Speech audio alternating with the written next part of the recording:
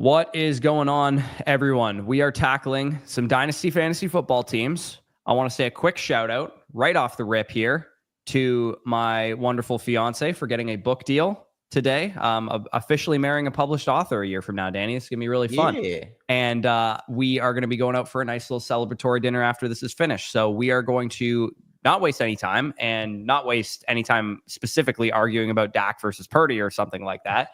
I mean, Dylan tried, though. Dylan did try. He's wanting to do it for sure. Mason said, tell the lady I said congrats. Of course. Really appreciate that. We're going to start it off with the trade questions. Then we'll get through the team reviews, of course. If she needs an editor, I'm sure Danny can help. My English is pristine. Hey, if you need to change the word respectfully to respectively, Danny has you covered. If you need to bat an eye at some point during a poem, you will be covered there. Rod Rodney here is the first trade question that we got. Caleb on the block. They want a top 10 wide receiver or wide receiver tight end combo here. So Caleb Johnson essentially here for Jameson Williams is a wash via my dynasty rankings. Yep. They are literally back to back in my dynasty rankings. And then you'd be also giving up Terrence Ferguson on top of it, who I absolutely love. I mean, if you need a running back, I think it's a reasonable deal, though, to be honest. Yeah, I think it's a reasonable deal. I mean, you're getting a top 20 running back for a top 35-ish wide receiver. Since I've updated my redraft rankings to reflect that I think I may be a little too low on Jameson Williams, I need to go back into my dynasty rankings and maybe move him up a little bit too. I would say in a vacuum, I'd prefer Jameson Williams to Caleb once I make the update. I would prefer a more needle-moving, more proven running back if I'm going to give up Jameson Williams and Terrence Ferguson, frankly. Like, I think if you could get, like, you're not going to get Chase Brown for this, but if you could get somewhere in the neighborhood of Josh Jacobs, Jonathan Taylor, maybe even James Cook, if he gets a new contract extension, I think he'd be well worth that price tag. I'm honestly cool with this, to be honest. I'm sure you have Caleb Johnson also higher than RB20 where I have him. I have him at RB16, so that's going to be the difference there. I, to be honest, would rather him straight up than James Cook. So, I just don't view that as an upgrade if you're going to go for that instead. Yeah, I'm personally not there with Caleb. I would rather have James Cook, especially once he gets a contract extension. I think I don't think that'll be a close conversation for me. As of now, with the uncertainty, it's a little bit more of a closer conversation, but more so, I believe in Caleb's setup to succeed. So, yeah, that's fine. What overall in a vacuum, are you cool making this trade? Yeah, I'm comfortable with it. I would say even if you're more on Danny's side where you love Caleb Johnson and you want to get a needle moving young running back like this, see if you can tack on like a pick of some kind just to even it out just a little bit. Maybe you can get a 2026 3 or even potentially a 27 or 28 2. If the guy's like not worried about those picks because they're 2 years down the road. Like some people play Dynasty like that. You and I don't, but some people play Dynasty where they're like, 27-2, don't really give a shit. Not for 2 years. Yeah, I mean, venture out, see what's up. For now, though, I'm so comfortable making the move if you have to. Yeah. Zach submits another trade question here.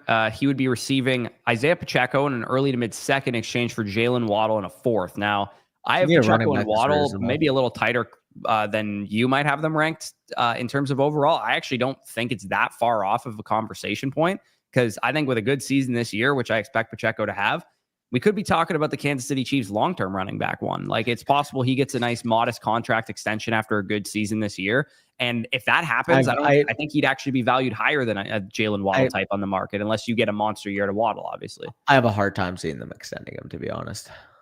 He's not going to command a lot of money in free agency. Like the days of running backs, there's going to be more desperate. 17 million a year are pretty much gone. There's going to be more desperate teams with more money to spend. Maybe. I don't know, man. I don't think Pacheco's the type of guy that would command a huge contract. I think the Chiefs would be like, yeah, you want 12 million a year, 3 by 36 or whatever, we'll give it to you. Like, I don't think the Chiefs are handing that out, is what I'm saying. Okay.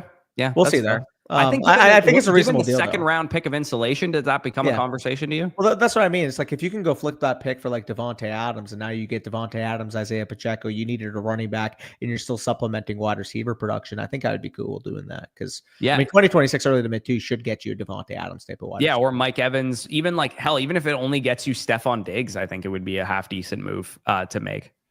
Yep. No, I'm cool with making that move. Second of insulation plus a running back that we believe in. For sure. All right. So those were the trade questions, trade questions and super messages that we have. I should maybe mention now that if you guys do want to purchase a team review while we're live here, we'll definitely get to it. If you purchase it today, we will definitely cover it for you today. I should say, though, I do have a hard out because we are going to go out for a little celebratory dinner. But if you do want to purchase a team review, I will drop that link for you in the chat. And I also should mention, too, we have a brand new product available for those of you guys that are, I mean, probably not the ones watching this, are season-long redraft players, because this is a Dynasty video. But even if you're a Dynasty player who's not taking the plunge of getting an annual subscription yet, you can actually test out the site August 1 to Jan 1 using our brand new season pass, where essentially you'll get access to the entire site. You'll be able to use our rankings, Dynasty, redraft, weekly, rest of season once we get during to the season. And you'll also get everything on the site: the trade calculator, the My Teams feature, the mock draft simulator, the range of outcomes tool, the prospects page where you see all the prospect model stuff. And you can get that for $35 right now. It'll cover you, like I said, August 1st to January 1st.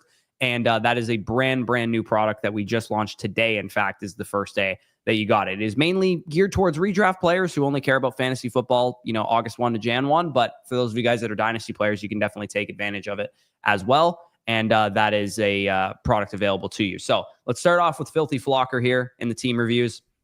Just drafted Blue, Giddens, and Neal in his 3 third-round picks. A couple shots on some running backs.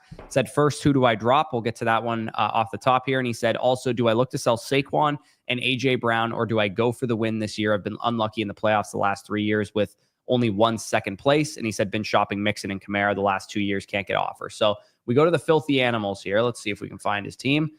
He's down near the bottom, but he does have a lot of production value, particularly at the running back position, as he makes reference to here. Yeah. Barkley, Jacobs, Kamara, Mixon, those type of guys. A little weaker at the wide receiver position with just kind of St. Brown, A.J. Brown as the main needle movers. But you do have Trey McBride. You do have Jordan Love, Justin Herbert as kind of good QB options for you. His first question was, do you try and compete this year? Because I think that's when all the other stuff will come beyond here. Are you trying to tear this thing down? Because he said he's not getting offers for Kamara and Mixon. So that's a good piece of league market information. You're not getting offers for Kamara and Mixon, but in season, once they're giving you production, I think that tune will change. Quite frankly, I just don't think you have enough needle movers at the top, and B, enough wide receiver depth for me to feel confident in you taking down maybe some of the top teams. Because if we go to the top here, I'm sure, Corey, we're going to see teams better positioned to be able to win. Like this team, for example, you got younger running backs, you got better wide receiver depth, you got a Brock Bowers. Like, again, like I would say from a pure production standpoint, maybe you're this guy's team is goated from a production standpoint too. Exactly. With this team, if we go down even maybe another team here, Josh Allen, Jalen Hurts, Justin Jefferson, like he's got higher needle movers up top, plus he's got Neighbors and Chase and stuff. I mean, this guy would be a good trade target for you to go after. So and offset those running backs. Here's the thing that I would do first. Because if you're not getting offers for Kamara and Mixon, I'll take you at your word. Maybe those are not the first pieces that you sell. Like kind of you made reference to, maybe you got to wait till in season when they're actually producing and whatnot, especially for Mixon because he's banged up right now. What I would probably try and do first is try and sell Saquon Barkley first, because Saquon I would Barkley try to get your own picks first and foremost. Well, yeah. I mean, yeah, go get your own picks first might be the first piece of information that we got to Let's go find them quick before we say anything, though. Yes. Saquon Barkley is a needle-moving running back. He's a top 5 redraft pick. He's at, I would say, peak value. I mean, he can't go up any higher in dynasty value than he is right now. He could have 2,500 yards from scrimmage next year. He won't go up in value because in a lot of leagues, he's already going in the 3rd round. He's not going to be going within a 5-pick distance of like a Bijan Robinson or Jahmyr Gibbs inherently because of the age. Yeah, exactly. So if you could, let's say you could transition Saquon Barkley to this guy's team who doesn't really have any running back help. Where is it? This guy's team who doesn't really have any running back help. Maybe you could use Saquon Barkley plus another competitive asset.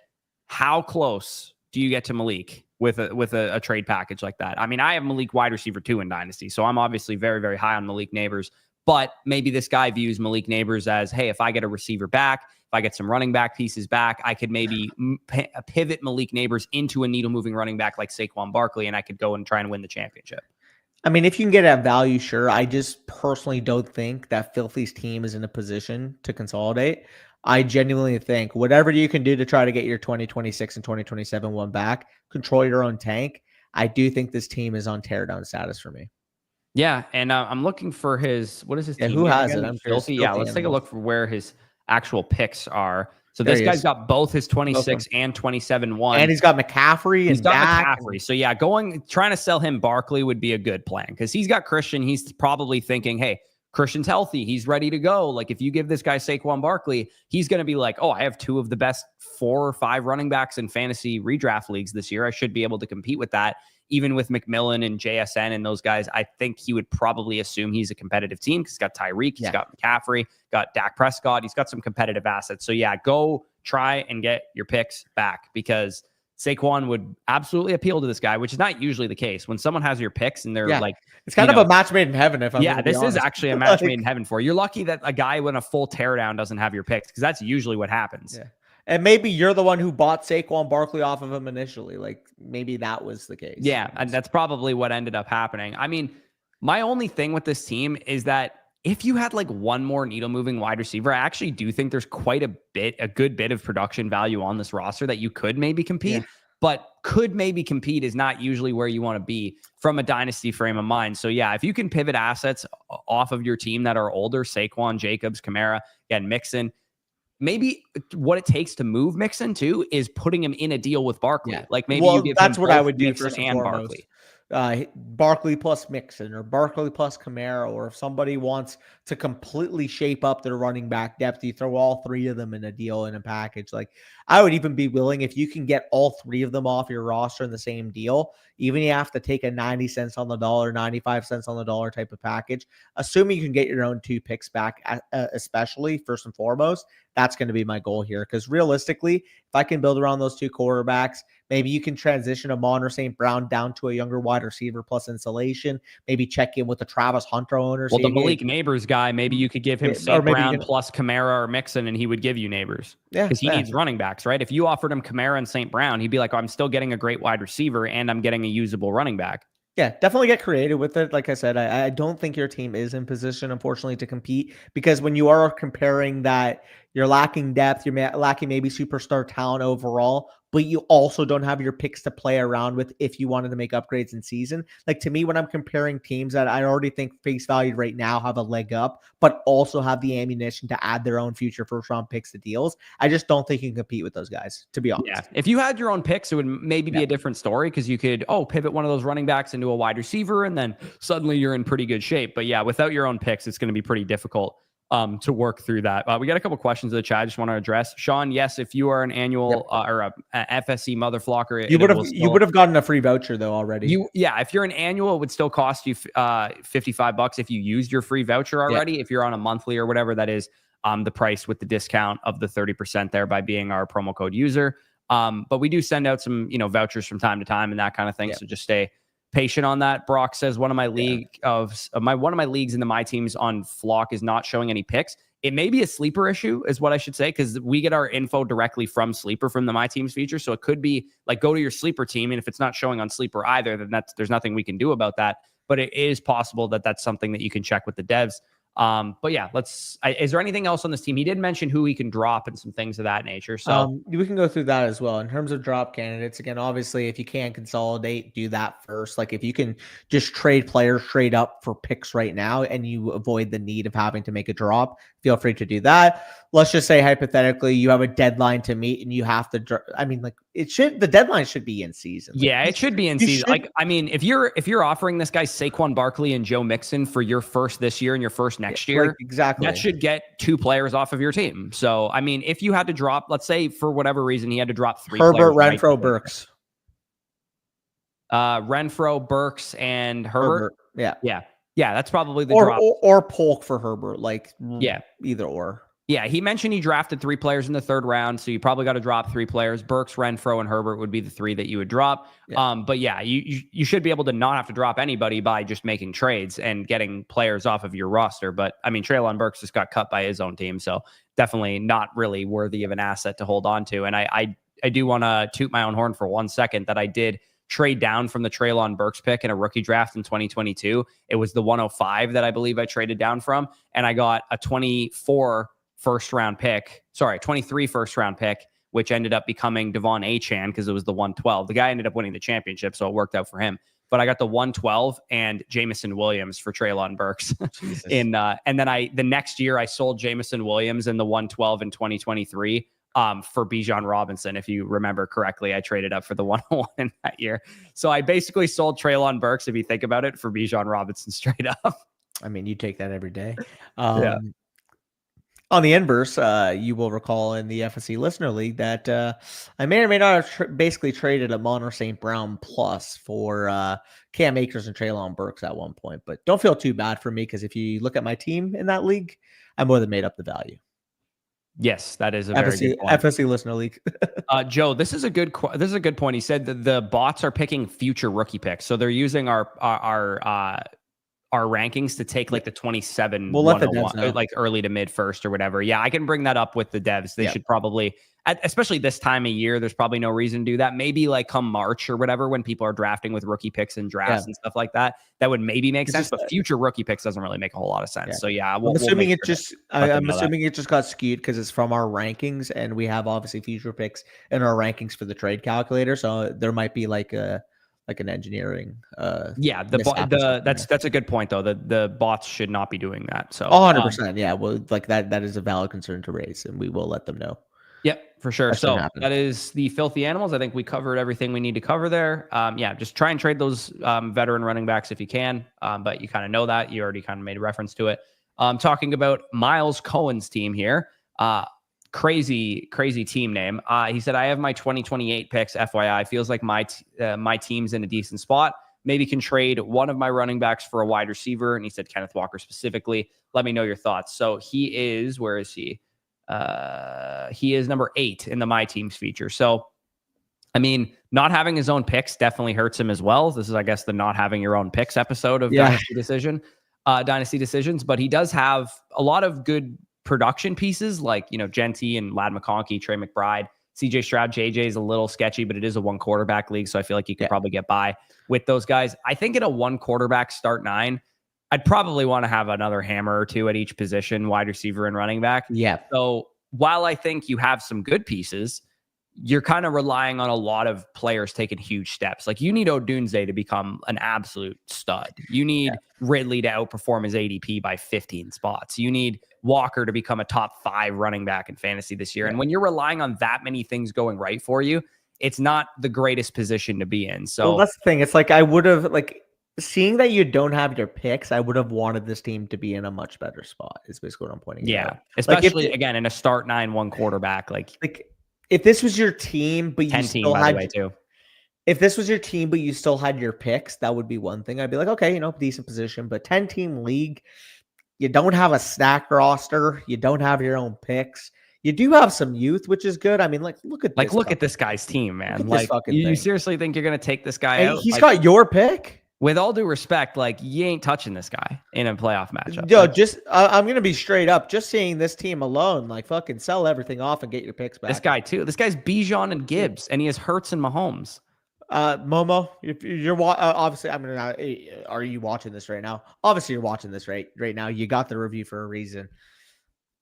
I don't want to see anybody on this roster outside of maybe Ashton Genty and Ladd McConkey after you're done with this, brother. We're talking about Odunze's a fine hold. Odunze as well. Walker, Hubbard, those guys definitely shed those production pieces. I love McBride, but if you're telling me you can get even like a Loveland or a Warren plus insulation or liquidate straight up for, let's just say, what would you liquidate Trey McBride for? Let's just say. Well, getting your own pick back would be a smart thing in general. You're 2027-1. I mean, this guy is Loveland, so he might not be as motivated to give up. But you could give him McBride plus something else. He gives you Loveland and your own pick back, and you're suddenly in really good shape. That's the move. That's 100% the move, especially because that's a 2027 one as well. You want to keep track of those. The fact that this guy's got 3 2027 ones in this team is remarkable. Yeah, no, there's a couple teams in this league. Again, 10 teams start 9, 1 quarterback league. You got to have. If you had BTJ, Neighbors, and Gibbs to go along with the rest of this roster, then you could win the championship. But we just got to be realistic with ourselves. I mean, at the end of the day, we got to look ourselves in the mirror and see if the team is a contender or what, Corey? Yeah, it is a fraud. Oh, fuck, the wrong one. I always press the wrong one. No one's more obsessed with these bullshit Canva graphics I made in 5 minutes than Danny. It's better to be critical about your own team and rebuild a year too early than a year too late. Difference between a contender versus a fraud is the line where you look yourself in the mirror. Yeah, I did. You cut it off the screen. I just made that ending up. But yes, I did cut it off the screen. But yeah, I mean, I think your team in a decent spot is maybe a little bit of a generous evaluation. I think you're looking yourself, the mirrors that like like stores that make you look really good so that you buy the clothes. Like there's an episode of one episode of Seinfeld, like Elaine goes to a department store and she's like, they got skinny mirrors at Barney's. It like sheds 10 pounds off of you in the mirror or whatever. You're looking through a skinny mirror with this team.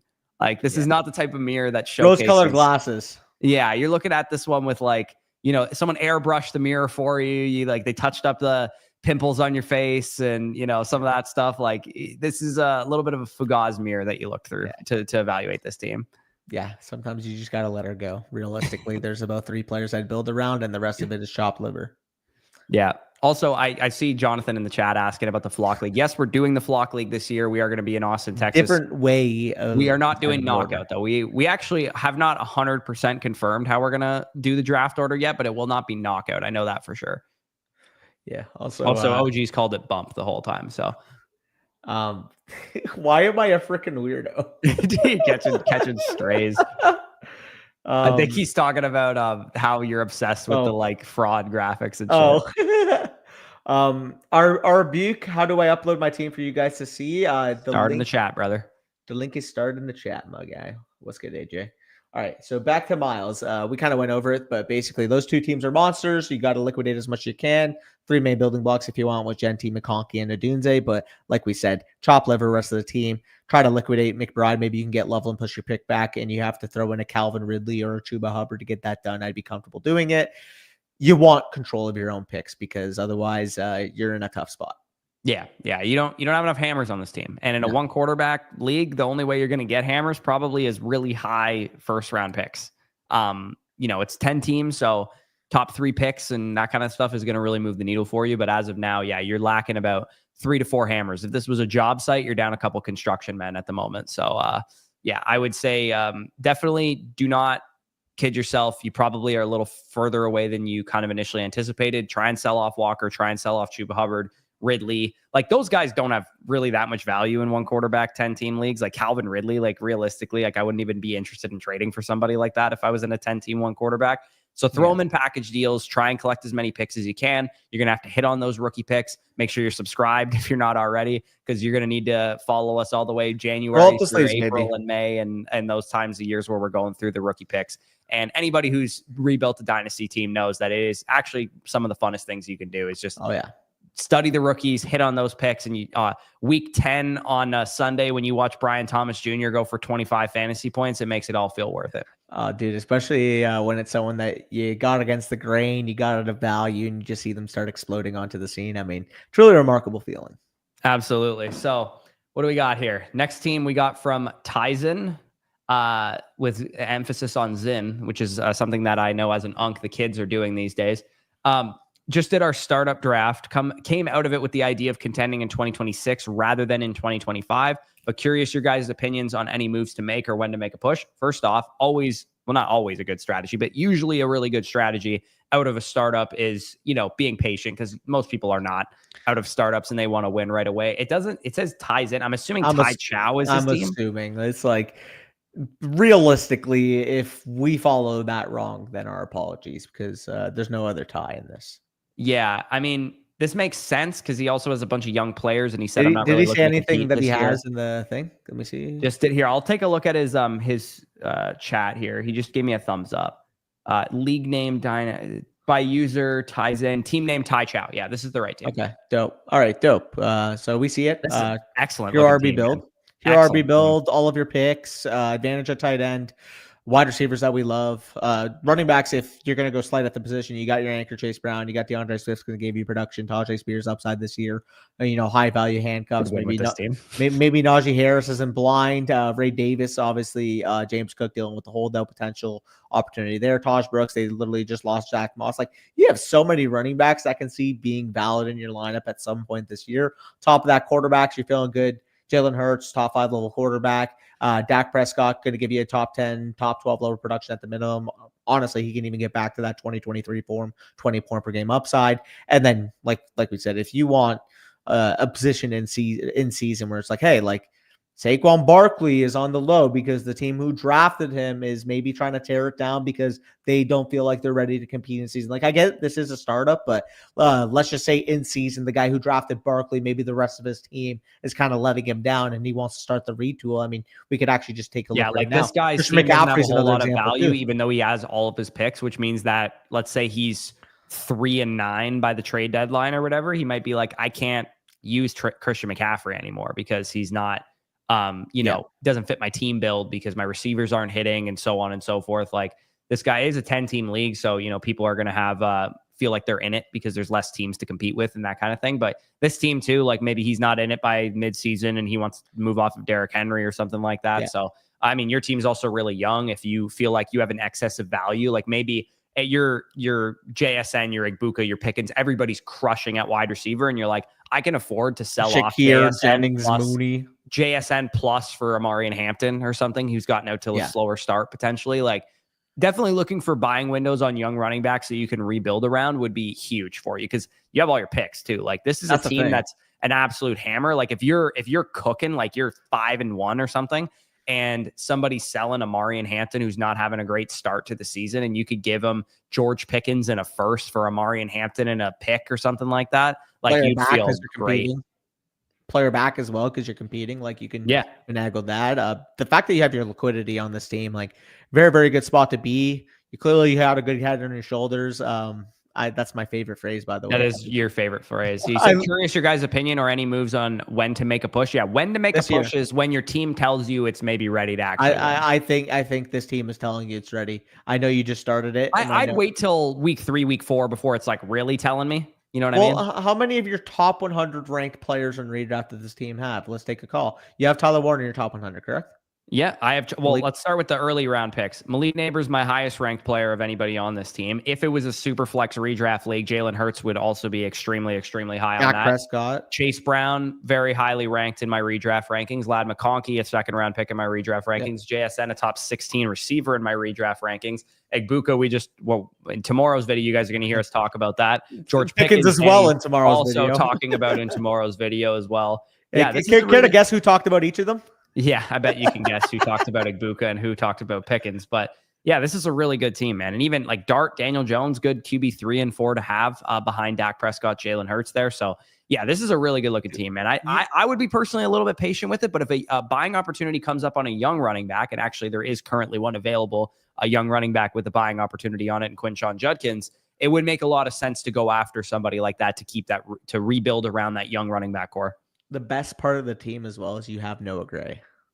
Yes, that is the best part about this team. And Dylan, the Hero RB came out today already, so you can go watch that when you're done here. Dylan, and this is a really good question from Joe. I just wanted to quickly interject with it. He said, I don't really know anything about the people in my startup that I'm about to do. Any kind of general advice for how to approach the startup draft? I would say as a general rule, assume that they're probably going to want to be competitive, or like we're close to the redraft season. If you're doing a startup this time of year, it's probably not going to be the sharpest startup in the world. Let me just put it that way. Like, they're probably not going to be punting for future rookie picks and all this kind of stuff. Those sickos draft in January and February. Like, the people drafting a dynasty startup this time of year are going to take Joe Mixon in round 7 or something like that. So I would say being flexible in your first couple rounds to see and feel out the room would be really smart. Take young players who could fit either build. But then once you see people start drafting redraft caliber assets, like if Saquon goes at the 206 in the startup or something like that, that's when you're asking people, hey, you want to sell your rookie picks? You want to trade? I want to trade back here. You want to give me future picks and all that kind of stuff. I would say generally that'll be a pretty good way to approach things for people that you don't know. Yep, for sure. We have a comment here from Hunter. Would you guys prefer Gibson, Hunter, or Jefferson and a mid to late first in both 2026 and 2027 12-team dynasty? Again, I would want to know, like, is this like a start 12, start 13 versus like a start 9, start 10? I think either way, though, any way we slice it, I'm leaning the Gibbs and Hunter side. Yeah, Gibbs versus Jefferson is about a wash in my dynasty. I would take rankings. Jefferson. I would take Jefferson, but at the same time, even if I would take Jefferson over Gibbs, to me, Hunter has the opportunity to be worth 3+ ones at some point, and I don't feel comfortable sending that into a 2026 mid to late first. If that was early to mid first, then we're talking a different story here. Yeah, it would also kind of depend on like how heavy is your league, going to be really excited about picks. Because like hypothetically, if you're a competitive team, you trade for Jefferson here and you take those mid to late ones and you go and trade for, let's say, Achan, who's not quite Gibbs, but he's Achan and he's an exceptional, running back in his own right. Are you taking Achan and Jefferson, or are you taking Hunter and Gibbs? I would take Achan and Jefferson. Yeah, which is again reasonable, but Dylan, mid to late first, I'm not taking 2 mid to late first over. No, I would. Would you take 2 mid to late first over the 102 to 104, Dylan, wherever you have Hunter ranked in that territory? Like I wouldn't. I would rather have the 102 to 104 in the rookie class this year. Yeah. No, exactly. Those needle moving assets, like Danny mentioned, it would matter how deep the league is, how many starting spots it is. It's 10 team, 12 team. Start 13 is a lot different. It's he mentioned it was a 12 team dynasty as well. But like I said, I think that Jefferson and the 2 first, if you can flip those 2 1s for like Devon Achan or whatever, I think that would be a reasonable move to make because like I said, I'd rather have Jefferson and Achan than Hunter and Gibbs in that situation. But if you probably capped at getting like Chase Brown or something like that with those 2 mid to late first, then it's probably not worth it. And you probably want to keep the Gibbs and Hunter side of that. But yeah, anything else on his team? I think he's just doing such a great job. I don't really think there's much else we need to talk about. A sharp mind, keep going at it. If you have opportunities to buy in season, feel free to do so. The fact that you have this much liquidity still to work with is very nice. But we can move on to the next team. Arbuke, depending on how the timing is, how many more? We'll get to it. Yeah, if you submitted it today, we'll get to it. We'll make sure. Well, that's the thing. It's like because I know you said 6:45, I believe. Yeah, we'll make sure we're powering through. We have an hour, so we got 4 more team reviews plus Arbuke. I think we can get through that in an hour for easily. Sure. Yeah, it's just like if like 5 more people submit if 5 more people submit it, just FYI, if anyone else submits another team review, you might just have Danny breaking that down for you because I got to go celebrate. I book deal. I'm actually going for dinner too because my aunt's coming over. We're actually going to get some chicken and rice. So we're going straight dinner plans here. So let's not waste any time. Let's go through Champ's team now. Champ, shout out to you. You gave me a shit ton of context in the DMs. However, there's a lot of stuff here. So I want to pick and choose what we want to go through first. So Danny, I will let you break down the initial team. I'm going to skim through everything that he wrote me here and transcribe the important stuff. So if you want to start breaking down the team, I will do that at the moment. So I traded Puka for London and I got what I believe will be a second. What do you mean what you believe will be? Like that doesn't make sense. I traded Puka for London and I got what I believe will be a second and a third. Like, what does that mean? You should know what the picks are. But like he says he believes he will get a second or third. Like, how do you not know that? You made the deal. Like, I'm so confused. Know what picks he got in the trade. Yes. Maybe just assume it's a second and a third. Okay. So is he like trying to recount it and like he was like thinking during the text? Maybe. Okay. I'm just going to assume this is London, a second and a third for Puka. So now, okay. The other side wants to undo the deal, which is okay with the league. Why? Sorry, it's not English. Yeah. I would say that this is a lot of not English in the DMs as well. Well, okay. Let's parse through what we got to parse through here. The other side wants to do, okay. So maybe he's asking, I haven't made the deal yet. Maybe a second or a third is what I'm getting in exchange for Drake London, a second and a third. In exchange for Puka Nacua. If that's the deal that you have on the table right now, I would rather have Puka Nacua. But what is it? Why the trade? I trust London to be top 5. I now have 3 pick in the second. Okay, so I'm assuming he means the reason I would do this trade is because I trust London to be a top 5 receiver, and so he has London's side, and he's trading up for Puka. Then no, he has. He said I trust London to be a top 5 receiver, so he's trading for London, trying to get a third, second round pick, is what he's saying. A second and a third. Okay, sorry. It took me a second. So he's trading Puka for London, a second and a third. The other side wants to undo the deal, and the league is okay with it. Yes. So now, you like, what do you like? What's he asking us though? Okay, so I think he's asking if we would do that trade. Essentially, if you're a big London guy, I mean that's a fine return. I just would want a little bit more for Puka.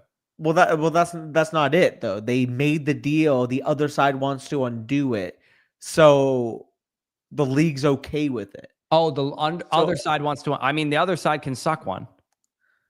Yeah, I mean, if you don't want to undo it, then don't undo it. Yeah, I'm hoping your league isn't like, yeah, we should veto this, because that's just a lame dynasty league to play in. I mean, if that's the type of league you play in and they vote to veto it, then there's not much you can do. But if that guy made the trade and now he's having buyer's remorse about buying Puka Nacua, then sucks to suck. It sucks to suck. Like, if you already made the deal, hey, guess what, buddy? Like, if you were asking me, okay, what's the cost between Puka and London? I would actually say probably like a second and a third. So it's not like outrageous of a deal, but like, if you wanted to make this because you're higher on London, and the guy, because now he knows you're higher on London, wants to say, I'd also rather have the Puka side, if I'm being 100% honest here. Fully transparent, yes, I would. And I love London, but I would actually rather have Puka. So that's, I mean, if you love London, that's a totally fine price to pay. But yeah, it's definitely not his. Oh, I screwed up. I didn't want to make this trade. Like, shucks. Tough luck, bitch. Like I made the deal. Who's this guy think he is? The president? Yeah, no, exactly. That's funny. So he also said that this trade, he actually mentioned this in the DMs here. He said, he's like, I know all the experts have Puka about 10 picks ahead of London. I sincerely disagree. Again, if that's your take, you love London over Puka, totally fine with the trade. Dude, at the end of the day, you were going to make moves based on your own valuations. If you can use the market to your advantage, get insulation, and get a guy you believe will be valued ahead of Puka, like that, I make these moves all the time. Like, if you can build an insulation and make a take, of course, AJ, by the way, if you can build insulation and have a hot, like, for example, last year, if I had tiered down, quote unquote, and got Brian Thomas Jr. plus for, I mean, who's the wide receiver going right above him? Rome Odunze. Yeah, Rome Odunze. Like, if you said, hey, I love Brian Thomas Jr., I love the Jaguars, Trevor Lawrence, I think he's going to be valued higher than Odunze a year from now. If you got Brian Thomas Jr. plus for Odunze at the time, you're laughing. Yeah, no, exactly. Especially if it worked. And it's so nice knowing that you got insulation in case it doesn't work out, or in case it's a wash or something. Like had Odunze had a great rookie season too, that might have ended up being a wash or whatever. But if you got the 204 in 2025 because you traded down, got a random second from the 108 or wherever Odunze was going to the 110 or 111 where Brian Thomas was going, then you kind of get 2 outs to win that, obviously.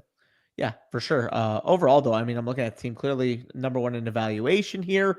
You have Brock Bowers at positional advantage there. Wide receivers, again, you believe a ton in Drake London. Maybe you got baby Drake London there with Tedero McMillan. Rashee Rice, once he comes back, is going to give you needle moving production. You have a couple guys that if you need to throw into your lineup in a pinch, Pearsall, Shakir, Kyle Williams, you feel pretty good about your wide receiver depth. Running backs, obviously, that's going to be your area of improvement. You have Caleb Johnson, Isaiah Pacheco to be your slated starters.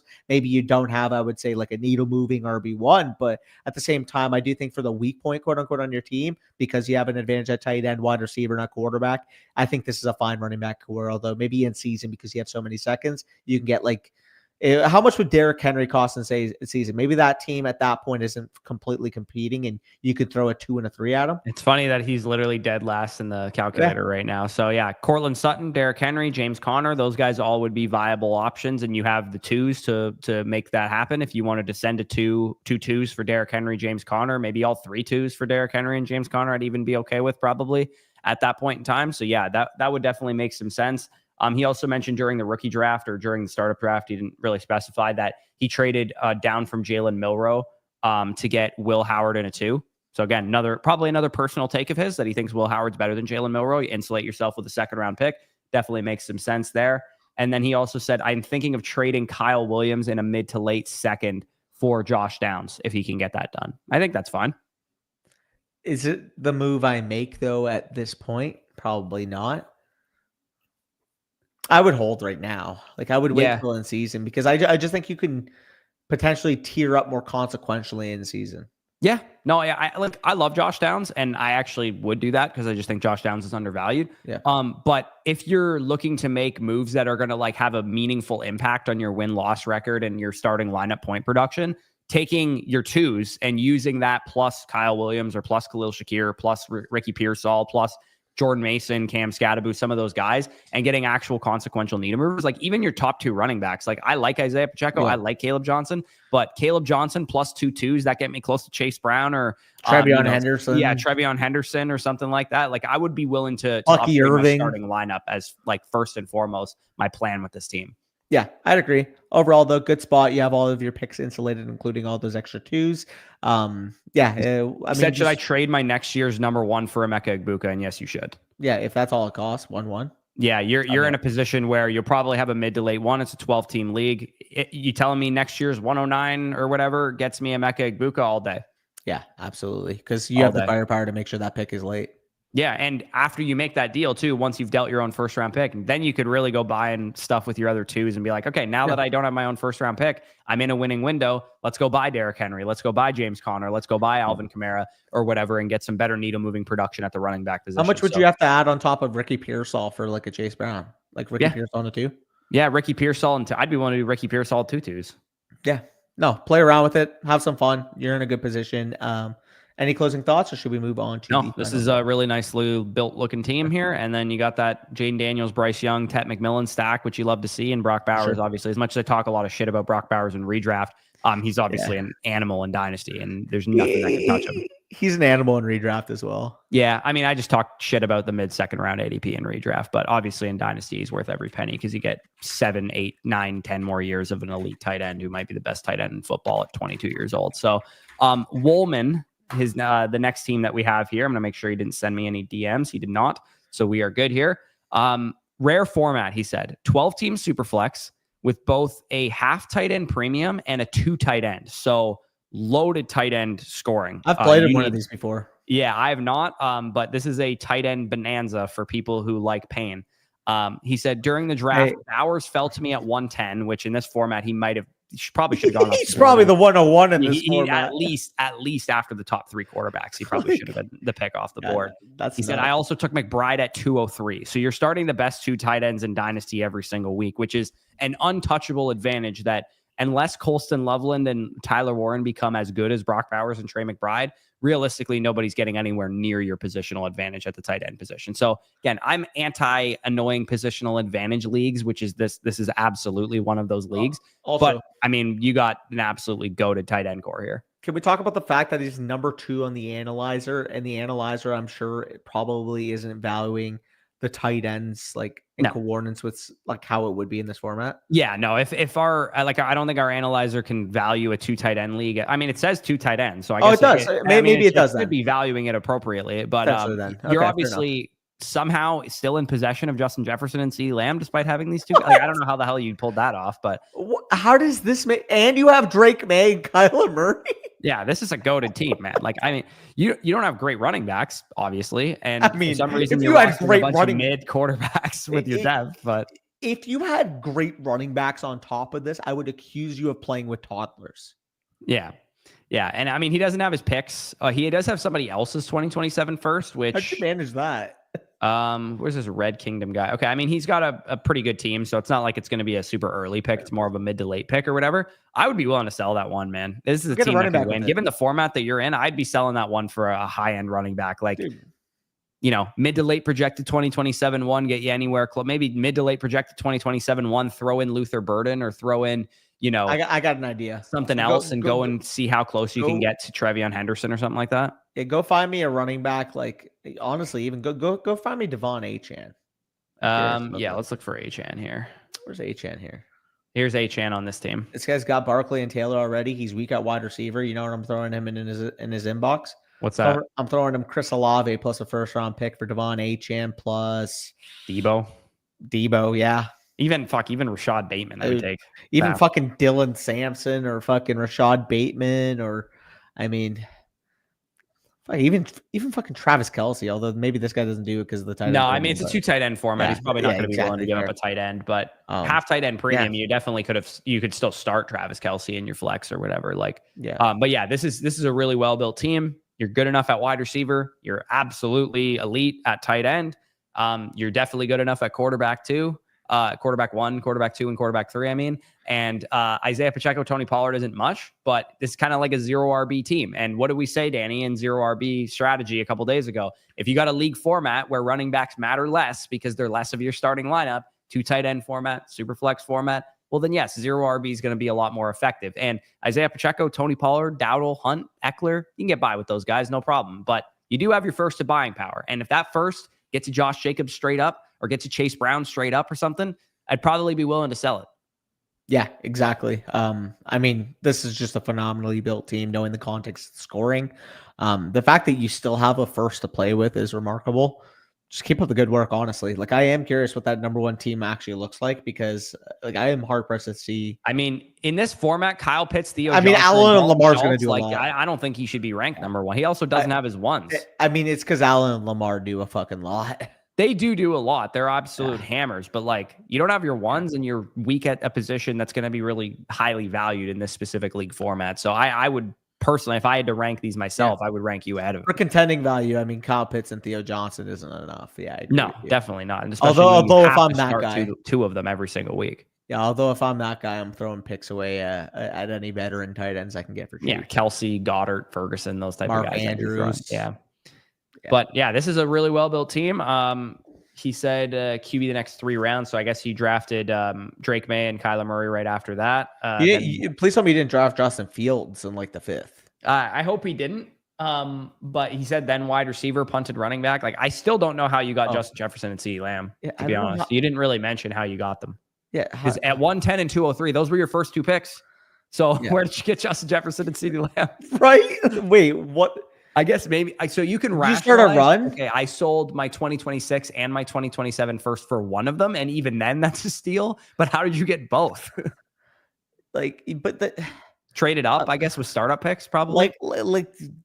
Did George Kittle and Sam Laporta go above those receivers and they fell back to you or something? I don't know. Maybe he took his second pick. He took those 2 tight ends. Maybe his 3rd pick plus his 26th first got him up to take Justin Jefferson or CeeDee Lamb. His 4th round pick plus maybe another startup pick plus his 2027 first got him to get the other guys. But then that would mean that you got Drake May, Kyler Murray, and those guys in probably like the 6th round of the startup or something, because they would have had to fall beyond the point that you had any startup picks left. So yeah, that's a great looking team. We don't really need to spend much more time on it because he did an absolutely excellent job.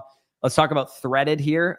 In the DMs, did not send me any additional information, but we do have, he says, a new startup, said just got done. Feel pretty confident in his draft, but really uneasy about the running back position. He drafted Judkins, which obviously sucks at the current moment. And then he said a bunch of backups behind him. What would your strategy be to improve the running back position? Trade now, wide receivers, draft picks, etc., or wait till in season to see how things shape? So before I even look at your team, I would say if you're in a position where you drafted like Judkins as a hero RB, I would probably assume you just can't compete this year and maybe make the necessary adjustments. Before I even look at what your roster looks like, I would probably just assume that's where I'm at with the running back position. But let's take a look at his actual roster here. And given that your team is young across the board, that's definitely the correct decision to make. Shed any older production pieces and just accept that you're probably not going to win this year because you have a guy who may be suspended. Trey Benson will probably be more valuable this time next year. DJ Giddens and some of these other guys, maybe like Jonathan Brooks is useless right now. Maybe he's something a year from now. Like, your whole running back core is probably going to be better in 2026 anyways. So you might as well, there's no point of being like, oh, I'm just going to sell my 26, 1 and 2 to go get a Josh Jacobs with a team like this. DK, Olave, even JSN, Ayuk. It's like Ayuk, I'm fine holding given the your team structure or whatever. But Metcalf specifically would make sense to move off of into Metcalf, Olave, and JSN. Young running back talent or whatever. Metcalf, Olave, JSN. Like JSN, for example, if you can transition into a Travis Hunter, you could do that.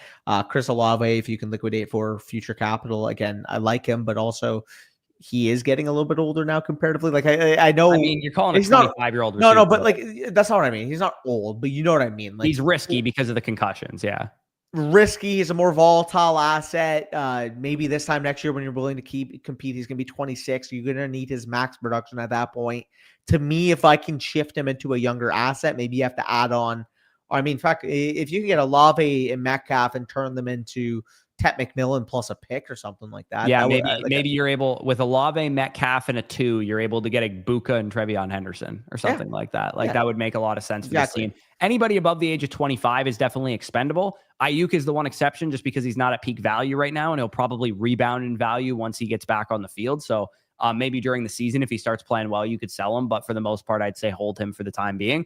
But yeah, this after a startup, this is a really good looking team. Like you went obviously CeeDee Lamb and Brock Bowers with your first picks, but still getting Drake May, which Danny, of course, we've noticed is a trend in leagues that you and I are not in. Drake May is more of like a second, third round startup pick by the looks of it, whereas both of us have him as more of a 1-2 turn guy.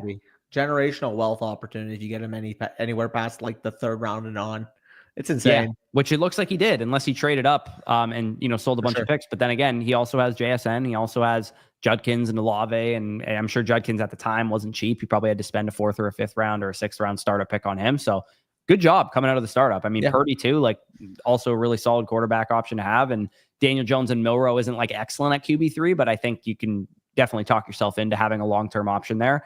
But yeah, I would be smart with this. I would not push the chips in. I would try and pivot older assets into younger assets where possible. Even Lamb to Neighbors plus, if you can get that done, would make some sense. Lamb to Brian Thomas plus significant. Somebody like there's leagues out there that people give you Brian Thomas in a 1st round pick for CD Lamb. Well, exactly too. I technically speaking, I did it with JSN, Olave, and Metcalf. Absolutely, Lamb would be on that too. He's going to be 26 years old. If you can get a 22, 23-year-old for Lamb, and you can get insulation on top of that. I mean, kind of reminds me of like in the deal that we were talking about, potentially the Puka versus Marvin Harrison transition. I'd be looking at that type of move as well. Like if you can get, let's just say it's CD Lamb plus a 2 for Marv plus 2 1s or something like that. I would kind of play with that. Maybe see if you can get as much value as you can. Because realistically, if you can get like a 22 or 23-year-old plus, it's a cherry on top. Yeah, no, absolutely. So yeah, be smart with this. Don't get too crazy. Don't go, okay, I need to win this year. It's like you'll live. Hopefully, financially, you're not dying on this year's buy-in or something. And you should be fine to just be going into next year. Because as of right now, it sucks, but you can't rely on Quinchon. I don't know what the hell is going on with his situation. I don't know when it's going to resolve itself. I'm hoping for my own sake, the bags that I have on Quinchon, that it does resolve itself this year. But it is very possible that he doesn't play a single snap of football. Like the owner of the team literally said he's cautiously optimistic that he plays for Cleveland this year, which sucks when you think about it, especially for bag holders like myself. It is not what you want to hear, but hopefully the legal system plays itself out and he's back on the field at some point. Yeah, Dylan, more than likely we won't give out vouchers today, but if people submit reviews, we will handle them assuming they're before 6:45. Yeah, we'll see where we're at. Maybe we can send out a voucher or two, but as of now, we'll say we can't promise anything. But yeah, this is still a good looking team. Coming out of a startup with a team looking like this, can't complain at all. Great work. Punt, collect picks in season. J.K. Dobbins pops up as the starter for the Broncos. Maybe you can sell him for an early 2nd round pick or something. Maybe Jacoby Myers, older receiver, Jacoby Myers plus J.K. Dobbins to a competitive team. Maybe that nets you a 1. Those two guys combined. Like there's package deals, collect first where you can, and see how you can rebuild this running back core, because we got a pretty good running back class next year. As of now, it's actually the strength of the 2026 class. So getting as many picks in that class would be nice. For sure. We will move on to the next team, though, and that'll be from Rub My Noodles. Rub My Noodles, great name here. He said, I know I'm a contender, and I'm looking to repeat. I feel like this is the first true contending What team. is that team at 1? Yeah, that's insane. I mean, before you say shit like, I know I'm a contender, you should be careful when you look at this. Obviously, if it's just one team like this, anything can happen on any given fantasy week, but I am curious to see how goated this team is. Holy shit. Look at that receiver core. Holy cow, man. Why does he have picks? Why does he have picks? Why does this guy have picks is right. How do you have Chase, Neighbors, Nakua, Ladd, Marvin, and A.J. Brown? A.J. Brown's his wide receiver 6. That's actually double-ended too. A, why does he have picks? Because how the fuck did anybody in this league They're also not his picks? Insane. And B, if I am this guy, why would I have picks? Why? Fuck, go throw all those picks plus Kyron Williams and go get you Jahmyr Gibbs. Yeah, I mean, this is I want to try and have the entire first round of startups on my team if I have a fucking team like this. Lamar and Allen with just a casual Drake May outside swing is so funny too. This Dylan, you might be correct. This might be the best team I've ever seen. Hey, dude. Lamar and Josh, they're getting old. I'm going to need my upside quarterback 3 long term. Drake May, once Josh Allen retires or Lamar Jackson retires, he can now become my quarterback too. Stupid, man. Hell. Stupid ass team that you have built here. Makes me want to throw up. Why isn't Genty and Gibbs on your roster That's already? What I'm saying. Guy maybe the people, because what I would tell you if I had Genty or Gibbs on my roster, I would tell you to go fuck yourself, obviously, because I don't want to trade you any more good players. But yeah, good. Like, I mean, this isn't even his team. We're reviewing the guy whose team is not even the one that we're talking about. We're glazing his competition on his review. But okay. For what it's worth, pretty good second place looking team here. This is still an awesome team. Now, the fact that we had to see that other team first, and now we're like, like your team's okay. No, this team's your still team's really phenomenal. Still really good. But you got like you're Scottie Pippen right now with this situation. I don't know what the worst team in this league looks like, but I'm very curious to see with all the. He's all in on Caleb. I mean, this team's pretty urine. This team is also really quite bad. I mean, it's also a 10-team league, so even the bad teams are not going to look that terrible. But yeah, this is an insanely good team still, even despite the other guy's team. And I guess that's why he doesn't have Gibbs, the other guy, because you have Gibbs. That's why he doesn't have Jefferson. Don't let him get Gibbs. Hurts and Mahomes. Hurts and Mahomes look like Hurts, Mahomes, Bryce Young is such a great quarterback core, but it looks like urine compared to Josh Allen, Lamar Jackson, and Drake May. But again, this is a great team. What is his questions, actually? I know I'm a contender. I'm looking to repeat. Not sure what my next move would be. So he beat that team last year. Wow. He's looking, Congrats that you beat that team. Because you also, like I see, had George Kittle, who was obviously goated last year. Barkley was obviously goated last year.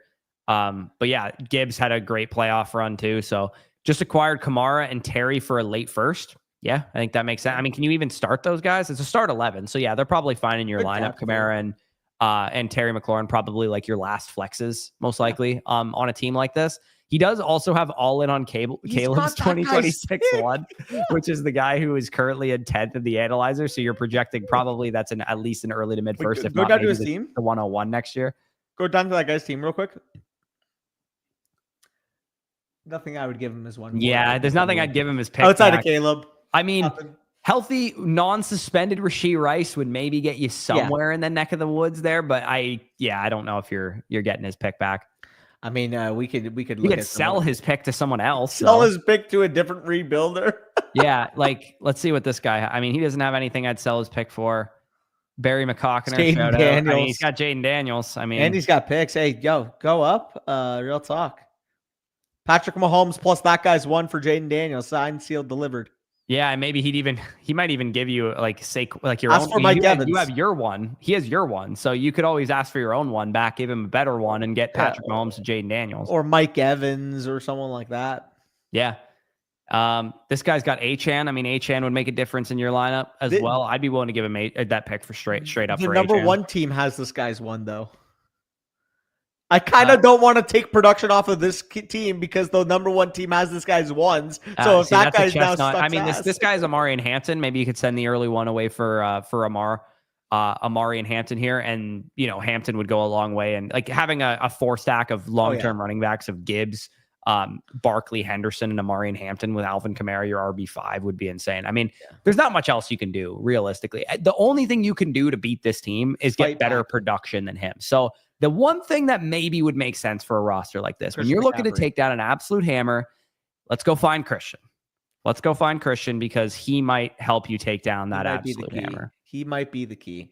He might be the skeleton key. Is he owned by a shit stain? This guy's Chase Brown, too, for what it's worth. Chase Brown's also an absolute hammer of a producer this year. So you could always go after a guy like... I think one of the shit stains has Christian, though. Who the hell has Christian? One of the shit This guy stains, is Christian McCaffrey. Yeah, I mean... Look at this shit stain team. Like, fuck. Yeah, I would... I'd be willing to send off some of my young assets or whatever. Like, you have Devontae Smith, like... I mean, you don't have a lot of guys that just totally fit a rebuild, which is kind of a shame. But you could send off your own 2027 one. He does have Tyler Warren after also having George Kittle, and this guy has no tight end. Yeah, that's true. Yeah, maybe you could get plus Tyler Warren for Mason McCaffrey Taylor and Adams. McCaffrey. Or McCaffrey and Adams. Yeah, McCaffrey and Adams would make some sense. I mean, you could also send your 27-1 away for Christian McCaffrey and Adams as well. That would make some sense. Don't gotta violate the man. Just keep for Jeremiah Smith. I mean, Dylan, it's his own 27 first. Like it's not the other guy's 27 first. Like the other guy's 27 first is going to be 108 to 110. Yeah, if that was the other guy's 2027 one, we're talking a different. Oh yeah, you're keeping that asset for sure.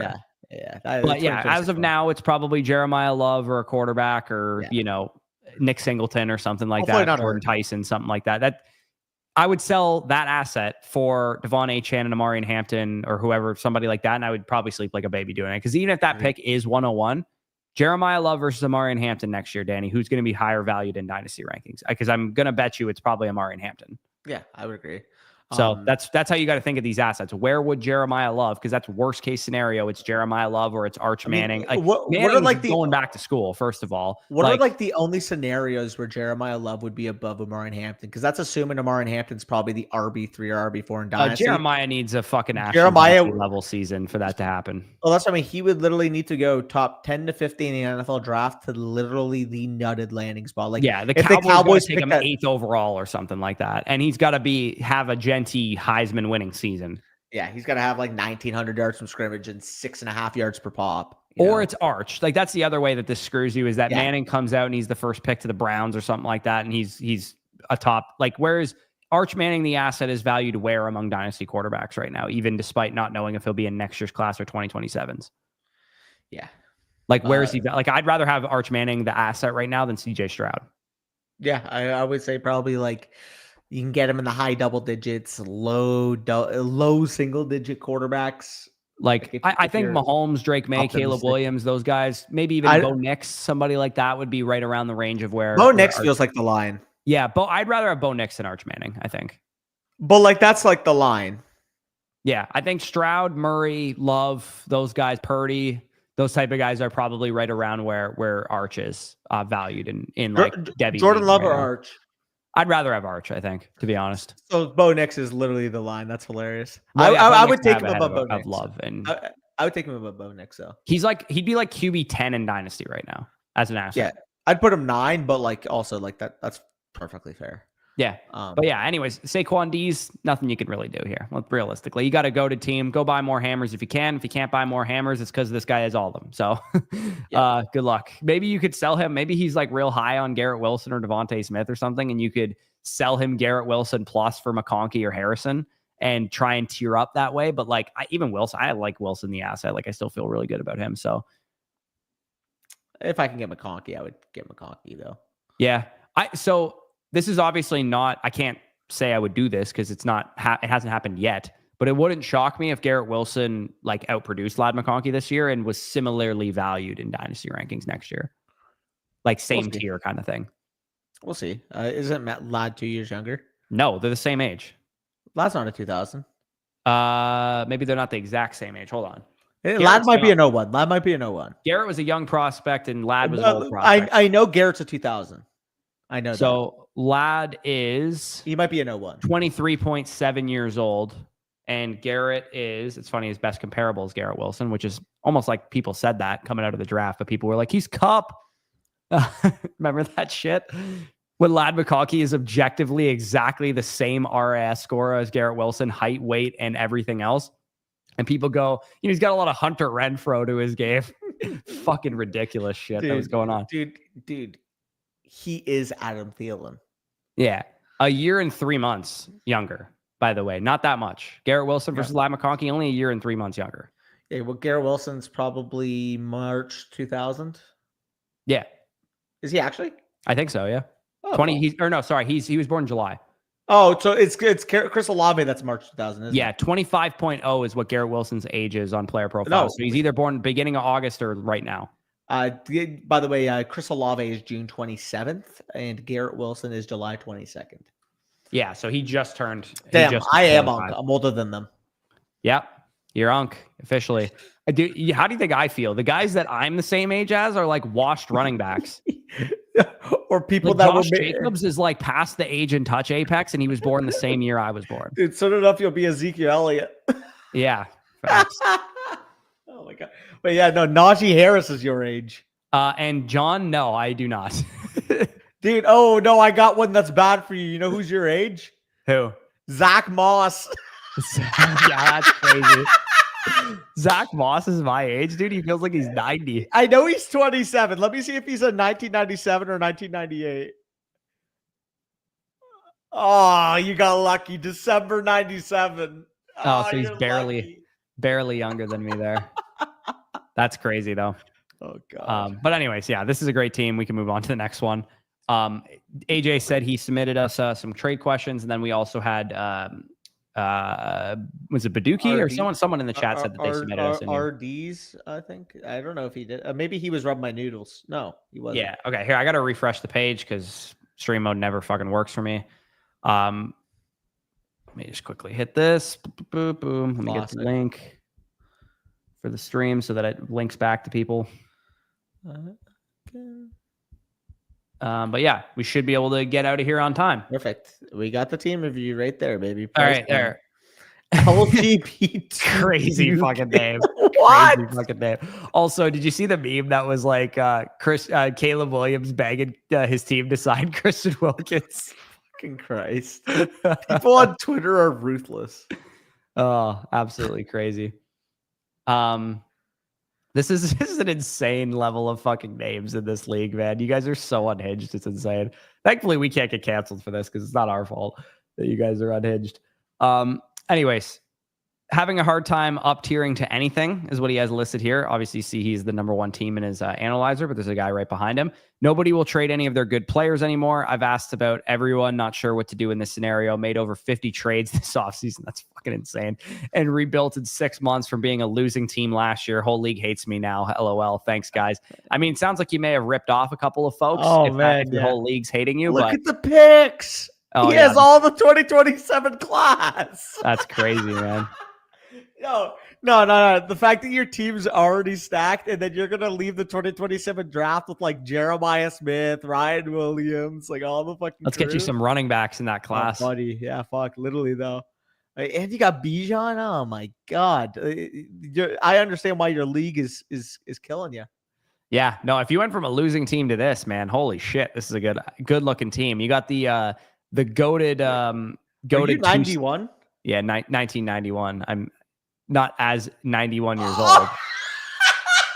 Bro, if we had a 91-year-old 1991's basically 91 years old. If we had a 91-year-old in the chat, I would ask you to come on stream and tell us stories of what it was like to watch prime Jim Brown or something. Because, like, imagine being a 91-year-old playing fantasy football and being like, yeah, this season that we're, Chase Brown, we've been similar bets here. This reminds me of when Herschel Walker was entering his his second season or whatever. Like, imagine having that knowledge of like similar seasons that have happened. Yeah, he's like, oh yeah, no, that's the best comparable in my mind. It's back in 1963 when a guy by the name of Gale Sayers took on imagine how crazy that would be to be like, yeah, when I watch Jonathan Taylor, he reminds me of fucking I don't know, Thurman Thomas or something, or even I can go older than that. Like, he reminds me of Marion Motley. Oh yeah, that's a tone setter. Yeah, but anyways, that'd be crazy. This is a great looking team, man. Great looking team. Arbuke, if you submitted your team by that name, it has not loaded on our end yet. I think this is his team. I mean, he said he was submitting a team, and then I got a notification saying he submitted a team. So I'm pretty sure this is his team. Go up because he says in Jigba's and yeah, it's not there. Okay, so he maybe just changed his team name. This isn't his team. It's not your team. Okay, well, what is your team name here? Because it does not show under the. This is a different review. This is one like we'll handle, but oh, okay, all right, that's weird. Somebody else must have. Arbuke, unless we covered your team already. That's not your team. Yeah, I put my username Arbuke. Okay, hold on. Let me double check some shit here. Yeah. Going back into my emails here because I thought I saw Arbuke email like pop up that you submitted a team review.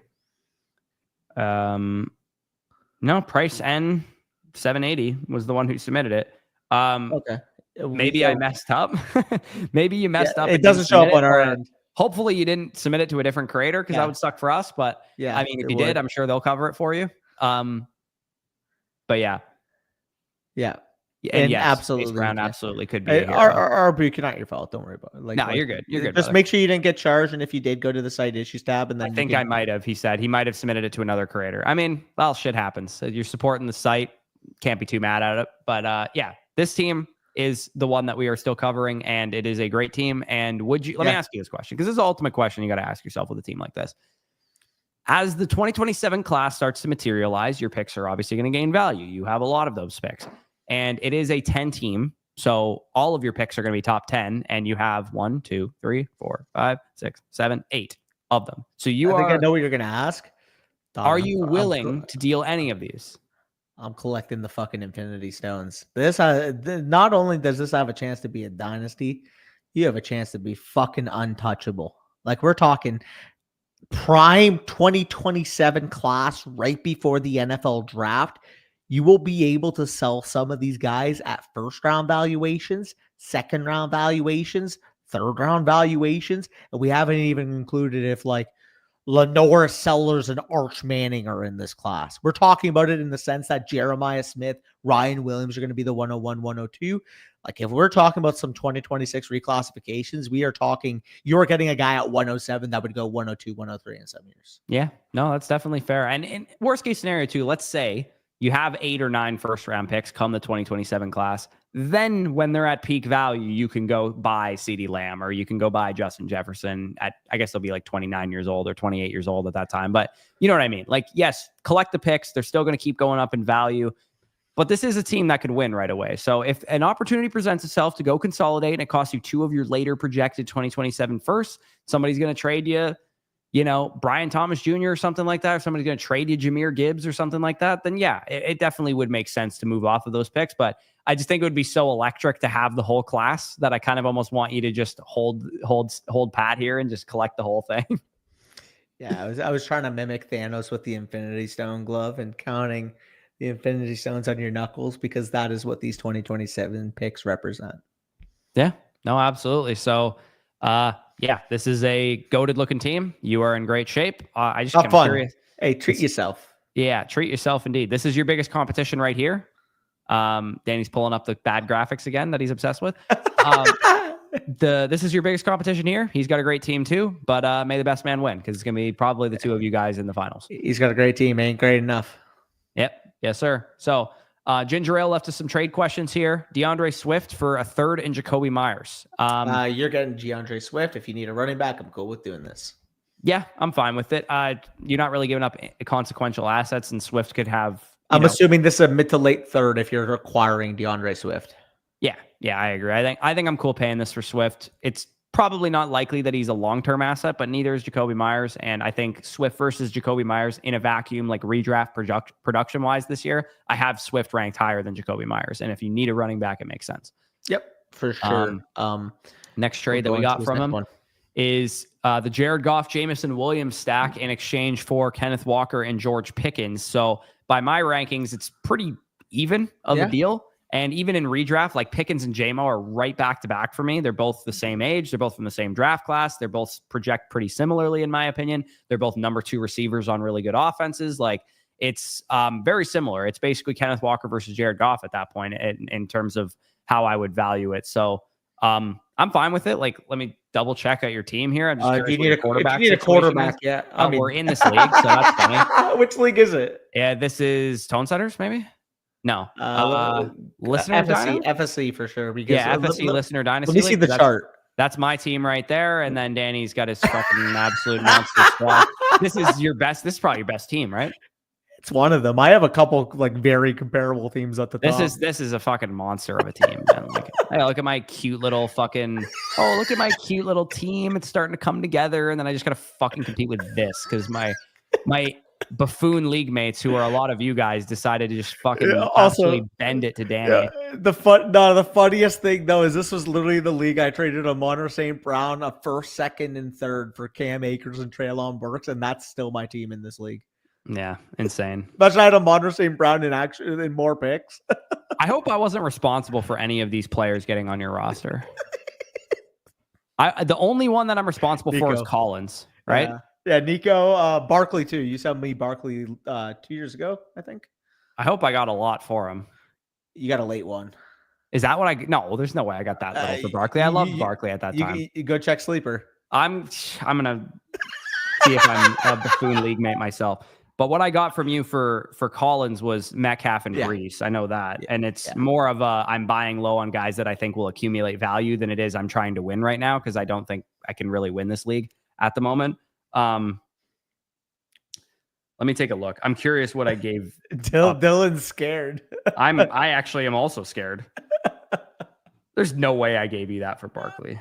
Or you gave me that. I think that's what it was, bro. It might have been like a late 1 and a late 3 or something. Oh fuck! You gave me 2 3s and a 1. Yeah. What did I get with the first? Please tell me I got like something. I think that was the 111. It was. I'll look back at the previous league. I lost in the championship last year. It was Garrett. It was Garrett's one. So I'm gonna look who it was. In the rookie draft. Hopefully I spent it as well. Where's draft results? There we go. Probably would have been like in the rookie draft. That pick was Garrett. Okay. Thankfully, I didn't spend this pick. I traded down. The pick was QJ, so that would have been bad. But I traded down in this rookie draft with Brock, pocketed a second in 2024, traded down 1 spot and took Zay Flowers instead. So still not good. But better than QJ. So I ended up from Barkley netting a 1, a 2, and 2 3s. Did I get any goats with the 3s? Let's take a look. So question, I'm obviously biased here, but do you do this move as AJ knowing that I'm in this league? Sorry, what is the trade that I got distracted? Jared Goff and Jameson Williams for Kenneth Walker and George Pickens, and AJ's team looks like what? Let's take a look. I mean, getting off of Kenneth Walker makes sense. Getting J-Mo, young receiver, makes sense. But like Jared Goff, you probably gotta have to sell now at that point. Just liquidate. Like there's no need on getting Jared Goff. It's a league that you and I are in, so we know exactly how hard it is to sell Kenneth Walker. Fair. That's a good point. I don't know. Kenneth Walker's got some good buzz. I would just sell him for picks, to be honest with you. I mean, what picks do I have? I might throw you a bone for Walker. I think I gave you Walker to begin with. I think I gave him Walker for DK, and then I gave you DK. Yeah, it is worth noting, Danny, that I did spend. Okay, never mind. That's not good. Yeah, I mean, fuck AJ. You want to make a deal for Walker? Hit my lineup. But if you make this deal, I think it's a pretty fair evaluation. I don't know if I full transparency. If I was in your position, if I would want to have to sell another quarterback. Yeah, I probably would not want to have to do that. Also, the 3s that you gave me ended up being Cedric Tillman and Jalen Hyatt, so not excellent. Tillman's not bad. Who did I get with the 2? I need to check I got with the 2 in 2024. Yeah, now knowing the context, this is impossible to liquidate in this. I mean, this is typical. He's going for second. Yeah, you got to go for that money back or whatever you get for second place. Couple fucking buy-ins. I need to, Danny, just for my own peace of mind, I need to see who I got with the 2024 second that Brock gave me for trading down from Quentin Johnston. From Brock, I got a 2024 second, and I traded down again from Jonathan Brooks. Oh, no, hold on. What did I do here? Okay, how did Jonathan Brooks get on Flett's team? So thankfully, I didn't take Jonathan Brooks. How did Jonathan Brooks get on Flett's team? Because it obviously was from me because I had that pick. Let's take a look here. Johnny Brooks. Sorry, I'm just ruining the stream right now, but I'm so curious what I ended up out of this trade with for Saquon, who ended up being a dog. With 203, Flett took him. Okay, what the hell? He must not have given me his own 2 then, for fuck's sakes. Wait, Flett? No, in the trade that I made with Brock, he gave me a 2024 second. In exchange, he gave me he picked 109. He traded up from Flowers to Quentin Johnston and gave me a 2024 second in the process. And now I got to see what I use the 2024 second on, because that's the final missing piece of the Barkley deal that I got here. So I used it on fucking Adonai Mitchell. God's sakes. Also, so I got AD Mitchell, Zay Flowers, Cedric Tillman, and Jalen Hyatt for Saquon fucking Barkley. So that's great. Also, Corey, we might check on your end. If you go to your own My Teams feature, does it sort by your redraft or dynasty rankings? On my own live stream feature, sorry, or My Teams feature? On your own My Teams feature. If you have another monitor or something, can you check? Yeah, I got another monitor. Because mine are sorted right now by my redraft rankings. So I'm gonna have to bring that up to the devs. Bijan, Bucky, Jacobs, London, Wilson, Metcalf, Waddle. Because mine shows McCaffrey RB4 and Devon Achane RB5. So the only place I would have that would be in redraft. I think mine are fine. It's showing RB3 Ashton Genty, which is not my RB3 in redraft. Okay, so I'm gonna log out and log back. Martin Hampton RB5. Yeah, no, it's fine for me. Wait, Martin Hampton RB5. Yeah, so you're Dynasty then. Yeah, so mine's showing Dynasty rankings. Okay, I'm gonna log out. If I go to your specific Dynasty rankings, I'm curious what it says. Be very weird.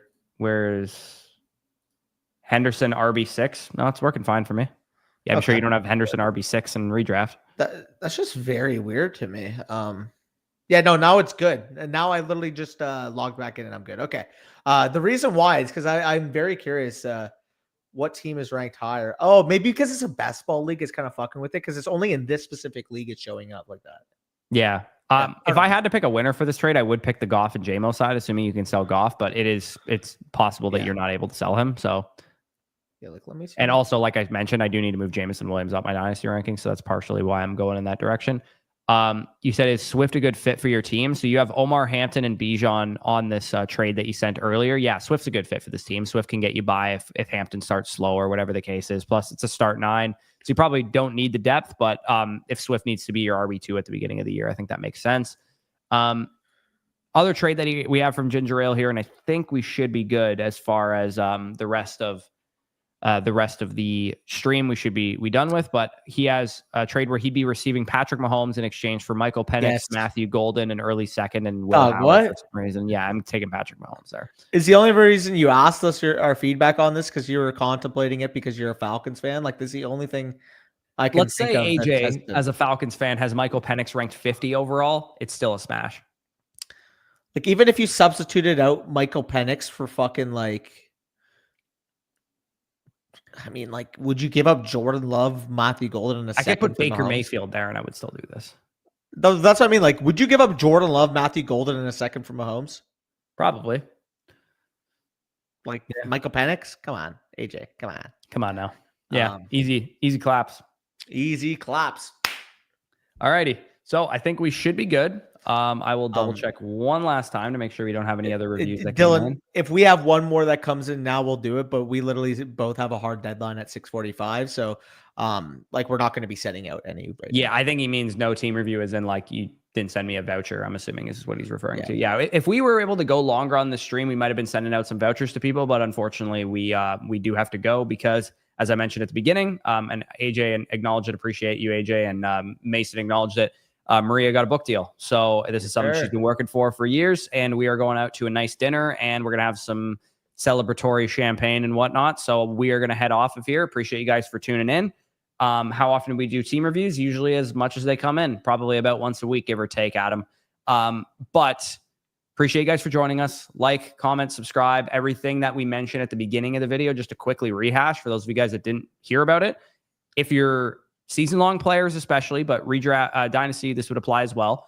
If you want site access as a subscriber from August 1st to January 1st, the end of the fantasy football season, you can now get our season pass for $34. That'll get you our draft guide, all the draft guides of all the other creators. You get 2 free start-sit questions, 2 free trade questions as well. Weekly rankings, rest of season rankings, all access to the tools. My team's feature, the trade calculator, trade finder, the new range of outcomes tool that we have, the new player comparison tool that we have, all that stuff for just $35 with promo code FSE. So if that interests you guys, you can definitely check that out. Of course, the annual subscription, you get that free team review voucher. If you're a Dynasty player watching this, that's how you can get it. The easiest way for those of you guys that are, maybe you've never had a team review, annual Motherflocker, promo code FSE gets you site access from now until the end of basically July 30th of next year. And you would get a free team review voucher to get a team review live on stream like we've been doing for some of these folks. And I believe about half of them were using their team review vouchers for their annuals here. Are you able to see like future Dynasty content, or what are you asking me? Are we able to see like future Dynasty content or past? Yes. Sorry. If that's, you can see our Dynasty draft guide if that's what you're asking. Like, even though it came out in May or whatever, April, you can go see our Dynasty draft guide for the rookies and whatnot. It's full site access from that period of time to the end. It doesn't matter if it was posted before or after or whatever. Old posts you can go see as well. Yes, sir. But yeah, appreciate you guys for tuning in. And we will see you tomorrow for some training camp risers and fallers. About once a week, Adam. Yeah, for sure. All right. Take it easy, fellas. Peace out. Yep.